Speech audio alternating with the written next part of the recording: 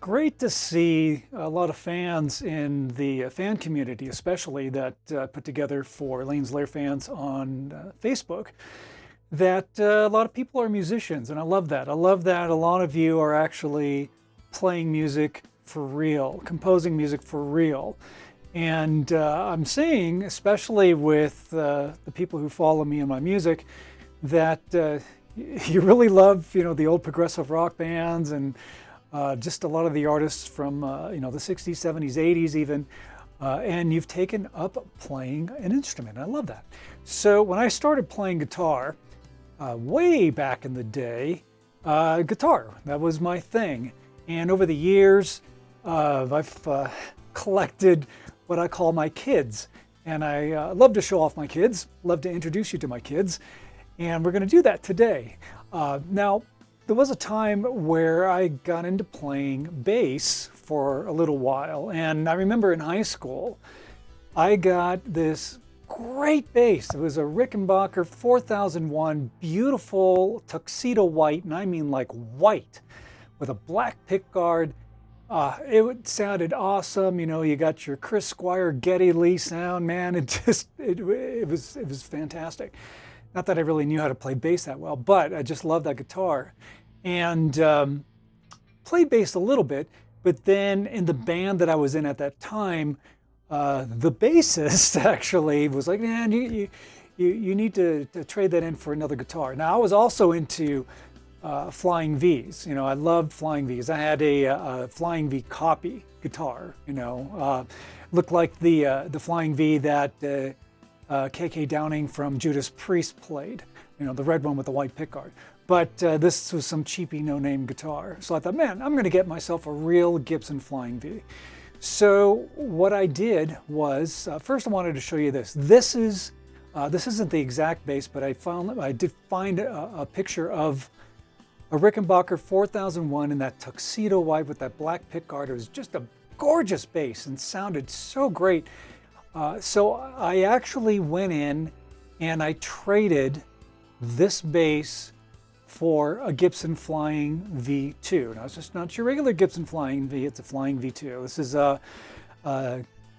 this particular one was made in 1981, and I used it in a lot of recordings. You will hear this guitar on the Resurrection of Black album, but I have to say, and I'm going to admit, that that's one of my regrets. I regret trading that Rickenbacker and getting rid of that bass. Now, I love the V, okay? The Flying V is great. Matter of fact, I think it's even worth more than the Ricky. But I do miss that Rickenbacker. And, I was on a quest for a while to find this bass. Did I find it? Nah, of course not. Of course not. But, one day, man, one day. Oh, you know what I'd really love to get? And actually, Geddy Lee played it and he's playing it now as they are on tour. Russians being on tour. He played the double neck because they opened up with Xanadu, and he had that double neck Ricky with the guitar. Was it bass on top, guitar on bottom? I forget. But anyway, that beautiful black on black. And I've seen one of those for sale one day.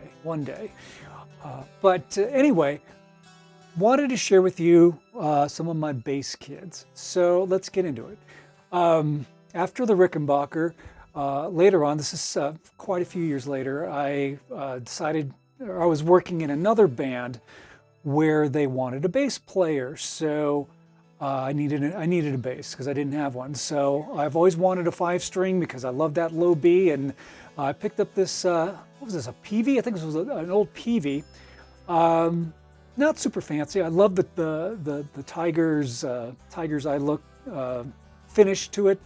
Beautiful guitar. It sounded decent, and did its job. And this is at one of the rehearsals for that band that I was playing in at the time. But I decided that I wanted to get something a little more professional. Well, I don't know if fully professional is the word, but just something that a little higher quality. So I opted to get a carven bass. Now I wanted a 5-string, but I saw this one on I don't know if it was on eBay or Reverb, I forget. But anyway, so I found this bass, which is actually a 6-string. Didn't need a 6-string, but you know, what the hell, why not? It played well. The only thing I didn't like about this bass, I mean, it looked great. It had a good sound to it, but it didn't sustain as well. And I think part of the problem was that the strings were not, I don't know if they went through the bass, or I forget how they were strung up, but they just didn't maintain a good sustain. However, it was a lot of fun playing this bass, and I did eventually sell this one as well. So those basses I did sell. Now, I came across this other bass because I thought, man, a Warwick, I always wanted to get a Warwick. Those are cool basses. Well, I saw this bass, and it wasn't made as like a serious bass by Warwick. It was their 30th anniversary. They created a bass with shaped as a W, and put 30 in the on the neck as celebrating the 30th anniversary. You know, it sounded okay. It played okay, but you know, it was a little bit awkward to actually play, but it worked. And at the time, I was playing in a what was it, like a worship team, a church band. So I called it the worship bass, W, right? W for worship. Anyway, I did eventually sell that bass. Now I still have 2 basses, and these 2 kids I've kept. I haven't given them up for adoption. And I still use these basses to this day. These are both Ibanez. The one on the left is a 5-string bass, really nice wood and really good sound. The action on that bass is just really, really easy to play. And then I came across this bass, which is actually a hybrid. It's also an Ibanez.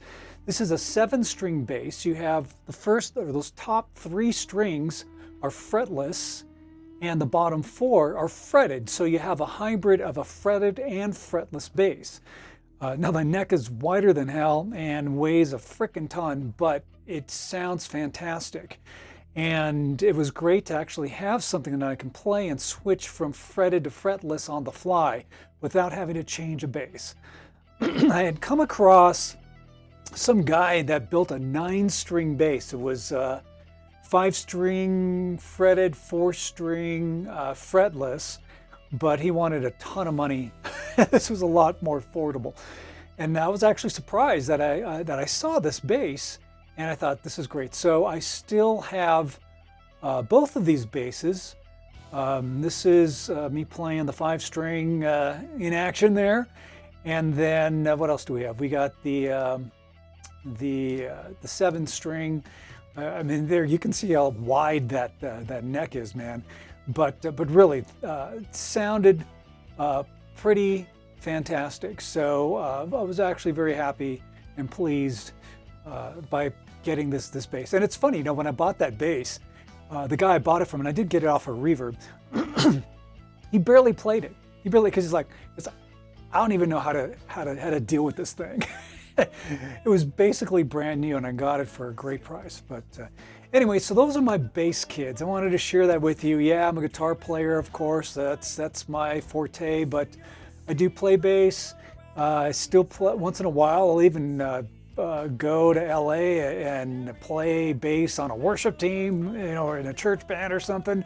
And then I also do add some bass to some of the music that I'm doing.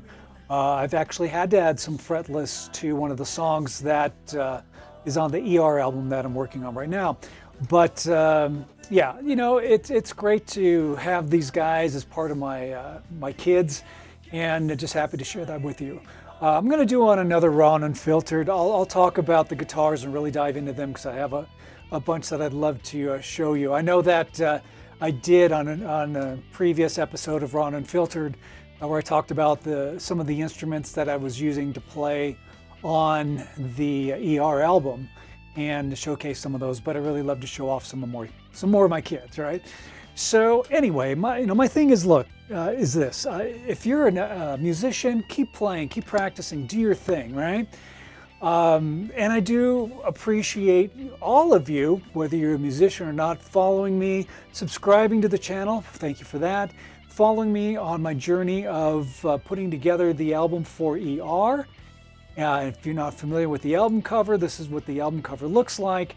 We're getting ready to shoot a music video for the first single that we're releasing for the ER album. We got 2 other singles lined up to release for the album. I'm not sure if videos will be accompanying them or not, but we'll probably do it eventually. And we are planning to do a November release of ER. And then after that, probably in 2027, I want to hit the road, man. I want to go on tour. I want to play. I just want to play out, man. I love playing live. And but there's a lot of work behind getting that together. So, fingers crossed that all comes to fruition. And I've just been getting a lot of requests from a lot of the fans asking me when I'm going to play out. A lot of them are in the Midwest and on the East Coast and in the South, and just love to go on tour. So would love to be able to hit all those cities that you guys are asking me to come out to. All right, so that's what's up. Thank you for tuning in. Again, just a reminder to subscribe and follow. Check out the links in the description for joining the VIP fan list. You'll get on my mailing list and share with you some cool stuff. There's great merch that you can purchase. If you go to lairelaire.com, I have a link to the VIP, or not the VIP. I just told you about the VIP. About the Facebook group, which is it's only private for you, for fans, and it's the official fan community. Would love to have you part of that as well. So again, check out the links and join up. And finally, my assignment to you, as always, is when you're out and about in the world, smile at a stranger. All right. Say hello to them. Spread some positivity. Give them a compliment, right? It's a simple thing. Smile at a stranger, say hello, give them a compliment, because that small gesture of kindness can make the world of difference in somebody's life, all right? Be a life changer. That's why you're an awesome human being, right? And that's why I love having you as fans and following my musical journey. Appreciate it. All right, my friends, have a great, great week. We'll be talking to you on the next episode of Raw and Unfiltered.